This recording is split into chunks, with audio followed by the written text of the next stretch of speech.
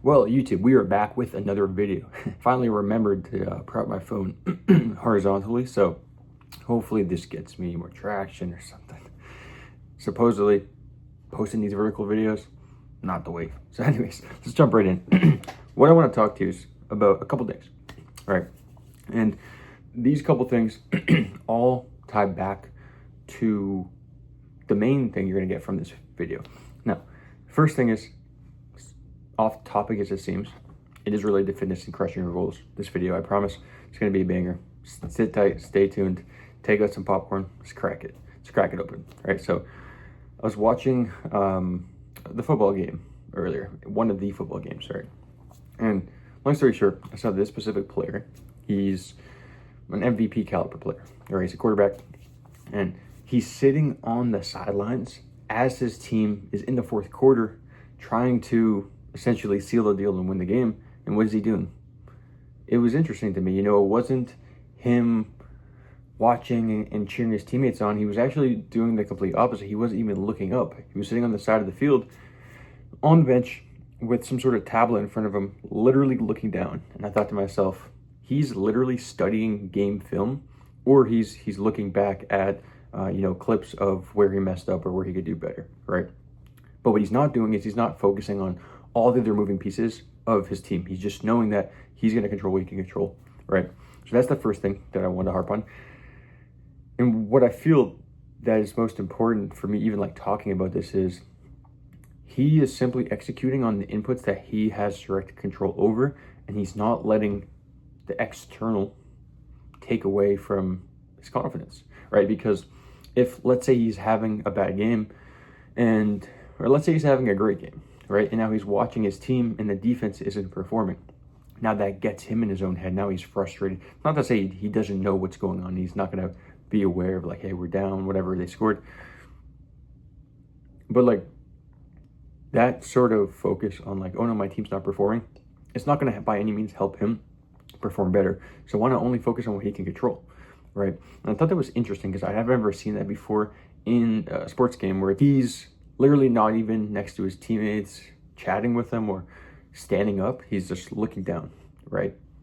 Working on his craft. So that's the first thing I want to say.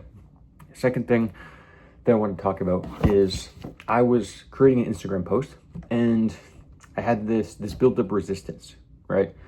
I was like, I don't feel like writing copy right now. Now, if you guys don't know, copy is essentially copywriting, short for copywriting. Now, not like the law, legal stuff, copywriting as in, it's essentially marketing in text, right?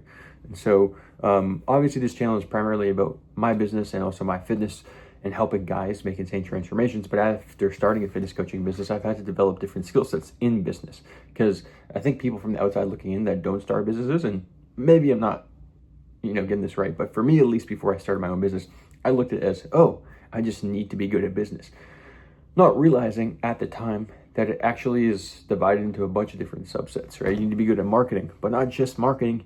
You need to be good at different types of marketing, right? You need to be good at writing emails, writing text, writing captions. Not just that, you also need to be good at speaking on camera. You need to be able to get across, with brevity, right? Essentially the maximum amount of value and all you're looking to get across in a ton, like a sucker punch worth of value in the smallest sliver of a sentence or whatever is possible, right? Not necessarily all the time, but these are just a lot of things I'm learning, right? You have to be good at sales. You have to be good at, communication.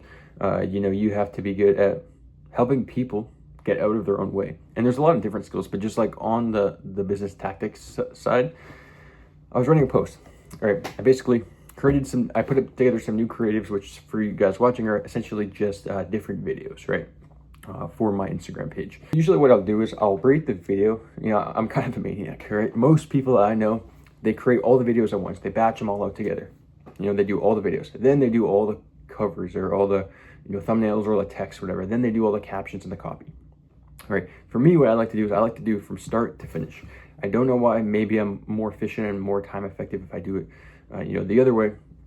But even since I was a kid, I would literally go into my writing classes.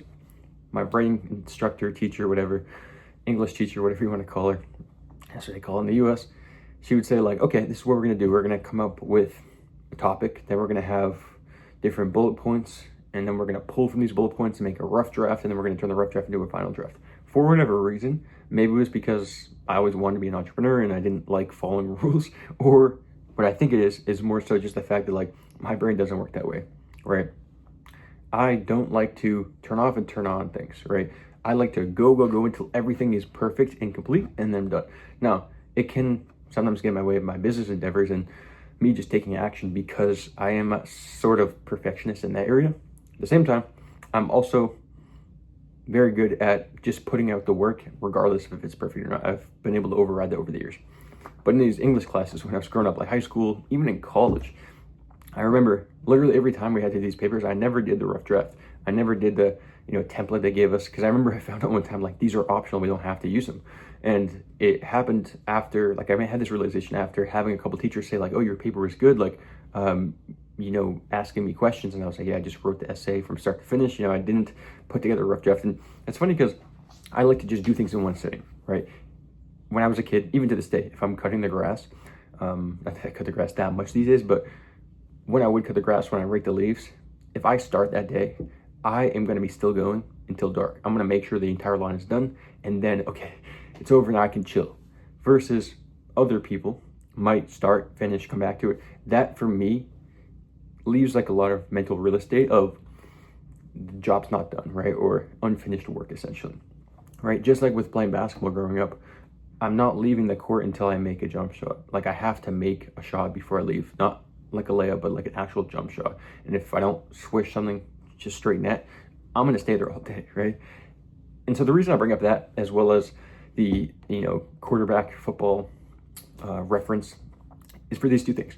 It all comes down to essentially just diving into the work, right?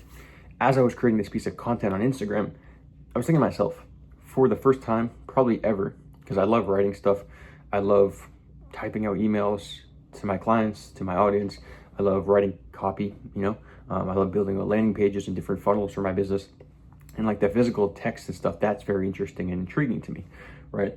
But I had this thought when I was just chilling on my couch, because I've been editing videos for the past couple hours. So I'm sitting there for maybe 20 seconds thinking to myself, I don't feel like writing this copy right now. Let me just do it later. And then I thought to myself, wait a second. It's not that I don't want to write the copy. It's I don't want to take that initial step of jumping into that resistance of the work, right? Just like putting on your gym clothes and driving to the gym, or maybe you're running, going for a run, putting on your shoes, whatever, right? That is the initial friction, because I can guarantee once you're in the gym, getting a good workout, you're sweating, you're pushing yourself hard, or you're in that run, or you're in that deep work flow zone, whatever, you don't want to stop. And even if you do want to stop, it's almost so unconscious that you're just flowing. You don't even want to stop, right? So I thought to myself, the only reason that I had that resistance build up with not wanting to type out write out that copy is I just had that initial resistance, but it's not actually the work. And then as soon as I just overrode, if that's a word, as soon as I just pushed past that resistance, essentially, I was starting to type out stuff and I had fun with it. And then it's all done and it's like, I want to keep doing this. And I'm like, that looks really good, right? And the reason I brought up the football reference is it's like the same thing, right? People are gonna typically have built up resistance to do things or to not do things that are gonna pull them in different directions of focus, right? For that football player, he's at a game, right? He's literally the quarterback. He's MVP caliber player, but it probably takes some resilience to be like, no, let me just focus on what I'm actually good at, and let me just focus on doing the input, right? Let me just work, right? Same thing, me just taking that initial step into diving into the work. Because it's never, I'm telling you this right now, with anything that you want to do with your life, in any area, I don't care if it's cutting your grass, if it's starting a business, I don't care if it's, doing your laundry, like any decision you don't feel like doing, it's not the actual work you're resisting, it's that feeling of discomfort. So once you just take that first step and you dive into the work, that's when your brain quite literally shuts off of its logical mode and goes into that emotional mode where you're finding passion, you're finding fulfillment, you're finding purpose in the journey and the process. But if you allow that resistance to hold you back, you're never going to take the step to get into that work you need to be doing to set yourself up for the life you want to live. And also, oftentimes those deep work sessions, what I mean by deep work is just you literally cutting off all distractions and doing work that's going to progress your life in the best possible way. That could be with your fitness and health. Maybe you're just literally, that is your deep work. I'm focusing on my health and prioritizing this right now. And it's the head of the list. Or maybe for you, it's I'm staying healthy, I'm still working out, but my business is my main priority. So once you just take that first step and dive into the work, it becomes so much easier. So I hope this helps some of you guys.